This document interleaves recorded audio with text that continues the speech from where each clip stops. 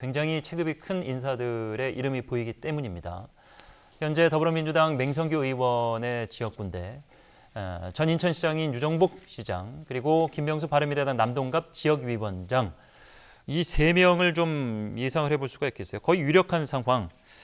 현 박남춘 인천시장이 재선을 이전에 이제 기록했던 곳이기도 하고 유정복 전 인천시장이 재기를 위한 발판으로 노리고 있는 지역이기도 하고 쉽지 않아 보이네요. 그렇습니다. 예. 이게 중요한 건 이제 유정복 시장이 나올 거냐, 나올 가능성이 높다고 보여지는데 어떻게 될지는 아직까지는 공식적으로 출마를 하겠다는 말은 밝히진 않은 상태예요. 저희 이 프로그램에 출연을 얼마 전에 하셨었는데 언뜻 느낀 의사는 가능성이 높아 맞습니다. 보였어요. 가능성이 높아 보입니다. 공식적인 출마 선언은 안 했지만 그런 상황이라고 하면 사실은 전현직 인천시장의 대결 이렇게 봐도 되는 거죠, 사실은. 왜냐하면 맹성규 지금 의원 같은 경우에 전 시장이 이제 시장으로 나가면서 본인이 이제 의원직을 이렇게 물려받은 경향이 된 거잖아요. 결국은 민주당 후보로 나가 당선이 됐으니까 그런 상황이라면 현재 시장을 하고 있는 박남춘 시장의 입김이나 영향력이 어느 정도까지 지역에서 영향력을 미치느냐 문제, 그리고 전 시장이었던 유정복 시장이 어느 정도까지 영향을 미치냐 하는 문제, 이 문제가 두 가지로 연결될 수밖에 없는 상황이라고 볼 수 있을 것 같고요.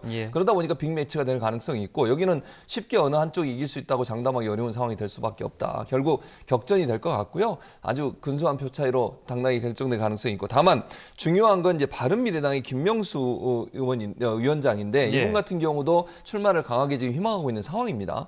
그랬을 경우에 이 바른미래당의 김명수 위원장의 출마가 두 사람 중에 어느 후보에게도 부정적인 영향을 미칠까?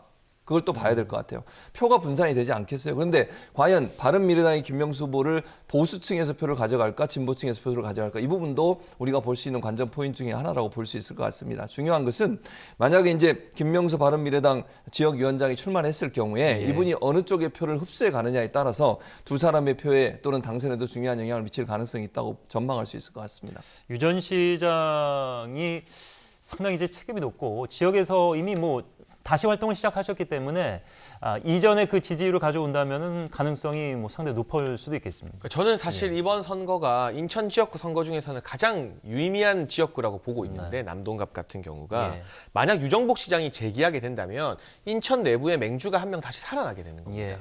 자유한국당 입장에서는 향후 대선을 바라볼 때 유정복 시장이 반드시 살아서 인천에 구심점 역할을 해줘야만 수도권 분위기를 띄울 수 있거든요. 근데 여기서 만약 지난 지방선거에서 패배했던 유정복 시장이 다시 한번 총선에서 지게 된다면 인천의 구심점 자체가 사라지는 것이기 때문에 한국당 입장에서는 지역구 하나 잃어버린 정도가 아니라요, 상당히 뼈아픈 치명타를 입게 되는 것이라서 만약 유정복 전 시장이 출마하게 됐을 때 한국당 지도부와 관련 인사들이 저는 총출동해서 지원 유세를 펼치게 될 확률이 높다고 봅니다. 그에 비해 맹성규 의원 같은 경우는 이제 박남춘 시장이 당선되면서 그 빈자리에 들어오지 않았습니까? 보궐선거를 통해서 당선됐는데 정치적인 어떤 중량감 차원에서는 유정복 전 시장에 비해서 다소 밀리는 것이 사실이지만 참신함을 무기로, 그리고 이제 의정활동한 지 얼마 안 됐기 때문에 한 번 더 기회를 달라고 호소를 해야 될 것 같은데요.